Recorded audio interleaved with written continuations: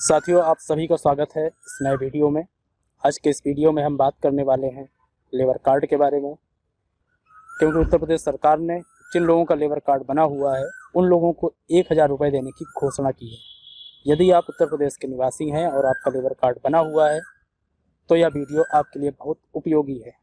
आज के इस वीडियो में हम इस योजना के पूरे प्रोसेस के बारे में बात करेंगे और किन कारणों से इस योजना का लाभ नहीं मिल पाता है इस बारे में भी बात करेंगे। इसके उन कारणों को दूर करने के बारे में भी बात करेंगे जिससे आपको इस योजना का लाभ मिल सके। इसके लिए आप यह वीडियो शुरू से लेकर अंत तक जरूर देखें। तो चलिए शुरू करते हैं। जैसा कि आप लोग जानते हैं कि जब पिछले साल लॉकडाउन लगा था तो सभी श्रमिकों को जिनका लेबर कार्ड बना हुआ था 1000 रुपये की 2 किस्तें दी गई। उसी तरह इस साल भी लॉकडाउन के कारण जिन श्रमिकों के लेबर कार्ड बने हुए हैं उन सभी श्रमिकों को 1000 की पहली किस्त दी जा रही। तो चलिए समझते हैं कि 1000 रुपये किस तरह से आपको मिल सकते हैं। पहली बात यह है कि आपको इसके लिए कोई आवेदन नहीं करना है। यह योजना उन सभी श्रमिकों के लिए है जो श्रम विभाग में पंजीकृत हैं, यानी कि लेबर कार्ड बना हुआ है। मतलब जिन लोगों का लेबर कार्ड बना हुआ है उन सभी लोगों को इस योजना का लाभ अवश्य मिलेगा। इस तरह से 4 कारण हैं जिन कारणों से आपको योजना का लाभ नहीं मिल सकता है, जिसमें सबसे पहला कारण जो है कार्ड कैंसिल होने का, उस पर आपको योजना का लाभ तो नहीं मिल पाएगा। लेकिन बाकी जो 3 कारण है, कार्ड का रिन्यूअल होना, बैंक की डिटेल के बारे में या आधार कार्ड सत्यापित होना, तो इनको आप सही करवा करके इस योजना का लाभ ले सकते हैं। अब इन सारी चीज़ों को हम कैसे चेक करेंगे और इन चीज़ों को हम कैसे सही करेंगे, इस विषय पर हम आगे बात करेंगे। तो सबसे पहले हम चेक करेंगे लेबर कार्ड का रिन्यूअल। तो लेबर कार्ड का रिन्यूअल चेक करने के लिए हमें चलना पड़ेगा upbocw.in वेबसाइट पर। तो अब हम upbocw.in के वेबसाइट के होम पेज पर आ चुके हैं और होम पेज पर स्क्रॉल करके सबसे नीचे जाएंगे और यहाँ पर एक ऑप्शन दिया हुआ है श्रमिक के नवीनीकरण का आवेदन, और इस श्रमिक के नवीनीकरण के आवेदन पर हम क्लिक करेंगे। और क्लिक करने के बाद में जो नई विंडो ओपन होगी उस विंडो के एक बॉक्स बना हुआ है और इस बॉक्स पर हम अपना पंजीयन संख्या या रजिस्ट्रेशन नंबर लिखेंगे और लिखने के बाद पर सर्च पर क्लिक करेंगे। जब हम सर्च पर क्लिक करते हैं तो हमारे सामने लेबर कार्ड के रिन्यूअल की पूरी डिटेल आ जाती है और यहाँ से हम देख पाते हैं कि हमारा लेबर कार्ड कब तक रिन्यूअल है भी या नहीं। लेबर कार्ड यहाँ पर यह भी दिखता है कि लेबर कार्ड सक्रिय है या नहीं सक्रिय है। तो यहाँ पर हम देख पा रहे हैं कि हमारे लेबर कार्ड का रिन्यूअल कब तक है। यदि लेबर कार्ड का रिन्यूअल नहीं है या रिन्यूअल ख़त्म हो चुका है, समाप्त हो चुका है, तो इसको हम CSC सेंटर या श्रम विभाग के कार्यालय जा करके इसको रिन्यूअल करा सकते हैं। वैसे तो इस वेबसाइट में भी ऑप्शन दिया हुआ है, लेकिन अभी तक यह काम नहीं कर रहा है। जब तक यह ऑप्शन काम नहीं कर रहा है तब तक आपको श्रम विभाग के कार्यालय से या CSC सेंटर से ही रिन्यूअल कराना पड़ेगा। जब यह ऑप्शन काम करने लगेगा तो आप इस ऑप्शन से रिन्यूअल भी कर सकते हैं। तो यहाँ पर हमने देख लिया कि हम लेबर कार्ड का रिन्यूअल कैसे चेक करते हैं। अब आगे हम देखेंगे कि लेबर कार्ड पर लगे हुए बैंक अकाउंट की डिटेल को कैसे चेक करेंगे। तो हम इसी विंडो पर रहेंगे और इसी विंडो पर जो ऑप्शन दिया हुआ है नवीनीकरण करें, यहाँ पर हम क्लिक करेंगे। यहाँ पर क्लिक करने के बाद हमारे सामने लेबर कार्ड पर लगे हुए बैंक अकाउंट की डिटेल भी आ जाती है और यहाँ पर हम देख पा रहे हैं कि हमारी बैंक की शाखा का नाम, बैंक का नाम, बैंक पर जो अकाउंट नंबर है उस अकाउंट का अकाउंट नंबर भी दिख रहा है और बैंक का IFSC कोड भी दिख रहा है। यहाँ से हम अपना बैंक डिटेल को चेक कर सकते हैं। लेबर कार्ड में आधार कार्ड को सत्यापित करके देखेंगे। तो चलिए शुरू करते हैं। यदि आपने अभी तक हमारा चैनल सब्सक्राइब नहीं किया तो आप इसको सब्सक्राइब कर लें और बेल आइकन को दबा दें, जिससे कि आपको हमारे आने वाले सभी वीडियो तुरंत मिल सकें और आप हमारे द्वारा दी गई जानकारी का सही उपयोग कर सकें। तो लेबर कार्ड में लगे हुए आधार कार्ड को सत्यापित करने के 3 तरीके हैं। पहला तरीका है कि आप श्रम विभाग के क्षेत्रीय कार्यालय जा करके आप अपने लेबर कार्ड में लगे हुए आधार कार्ड को सत्यापित करा सकते हैं। दूसरा तरीका है कि आप CSC सेंटर के द्वारा सत्यापित करा सकते हैं और इसके बाद में तीसरा तरीका है कि आप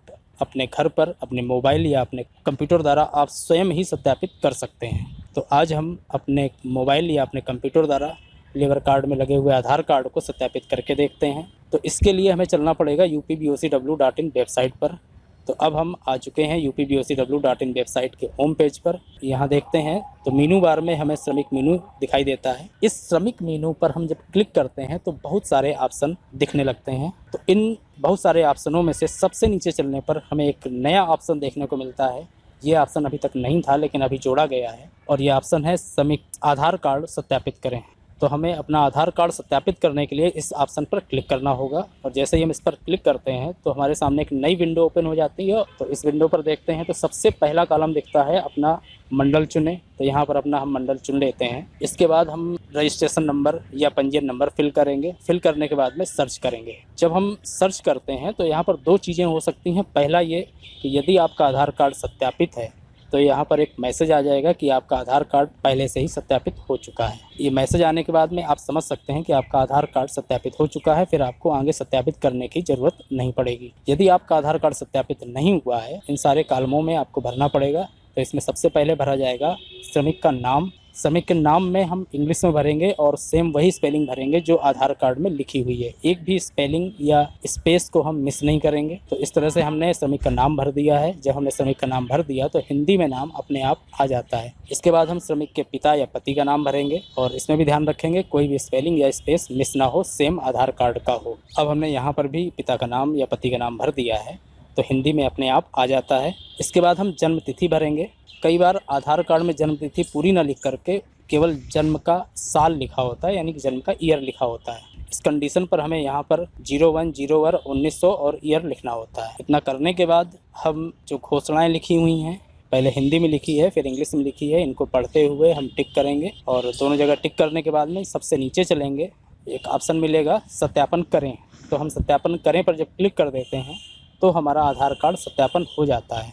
कई बार आधार कार्ड सत्यापन नहीं होता है तो इसका कारण होता है कि जो आधार कार्ड में जो आपने यहाँ पर नाम, पिता का नाम या जन्म तिथि लिखी है वो आपकी आधार कार्ड से मैच नहीं हो रही है। केवल इसी कारण से सत्यापन नहीं होता है। यदि आप ये सारी चीज़ें सही लिख लेंगे तो आपका सत्यापन जरूर हो जाएगा। यदि आपने अपने लेबर कार्ड में लगे हुए आधार कार्ड का वेरिफिकेशन करवा लिया है, इसके साथ ही लेबर कार्ड में लगे हुए बैंक डिटेल को भी सही करवा लिया है, इसके बाद भी आपको आपदा राहत सहायता योजना के 1000 रुपये का लाभ अभी तक प्राप्त नहीं हुआ है, तो हम आज के इस वीडियो पर इसी विषय पर बात करेंगे कि ऐसा क्या काम करें जिससे कि आपको आपदा राहत सहायता योजना का लाभ जल्दी से जल्दी मिल सके। आपदा राहत सहायता योजना के अंतर्गत उन सभी श्रमिकों को 1000 रुपये दिए गए थे जिनका लेबर कार्ड बना हुआ था और वो लेबर कार्ड रिन्यूअल था और लेबर कार्ड में लगा हुआ आधार कार्ड सत्यापित हो चुका था और इसके साथ ही जिनका बैंक अकाउंट सही लेबर कार्ड में भरा हुआ था, उन सभी श्रमिकों को 1000 रुपये की सहायता दी जा चुकी है। यदि आपके अकाउंट में अभी तक 1000 रुपये नहीं आए हैं तो आपको चेक करना चाहिए कि इन कमियों में से हमारे लेबर कार्ड में कौन सी कमी है।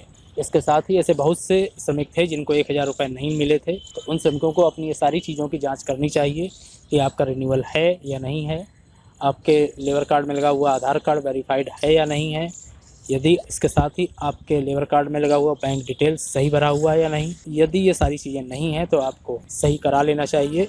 यदि आपने ये दोनों चीज़ें सही करा ली हैं, उसके बाद भी आपको इस योजना का लाभ नहीं मिला है, तो इसके लिए आपको श्रम विभाग के क्षेत्रीय कार्यालय जा करके वहाँ एक एप्लीकेशन देनी पड़ेगी, एक प्रार्थना पत्र देना पड़ेगा कि महोदय हमारे लेबर कार्ड में लगा हुआ आधार कार्ड सत्यापित हो चुका है और हमारी बैंक डिटेल भी सही भरी हुई है। इसके बावजूद भी हमें आपदा राहत सहायता योजना का लाभ नहीं मिला है, तो कृपया हमें इस योजना का लाभ जल्दी से जल्दी देने की कृपा करें।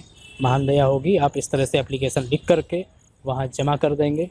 इसके साथ ही जब आप एप्लीकेशन जमा करेंगे तो उनसे रिसीविंग लेना मत भूलें। तो जब आप एप्लीकेशन दे देंगे तो उसके बाद जब आपदा राहत सहायता योजना के लिए नई लिस्ट बनाई जाएगी तो आपका नाम उसमें डाल दिया जाएगा और आप तो इस तरह से आपको आपदा राहत सहायता योजना का 1000 रुपये मिल जाएगा। यदि आपको हमारा वीडियो पसंद आए तो इसको लाइक करें, शेयर करें। यदि आपको कोई प्रश्न पूछना है तो आप इसमें कमेंट के माध्यम से प्रश्न पूछ सकते हैं। तो चलिए मिलते हैं नेक्स्ट वीडियो में, तब तक के लिए धन्यवाद।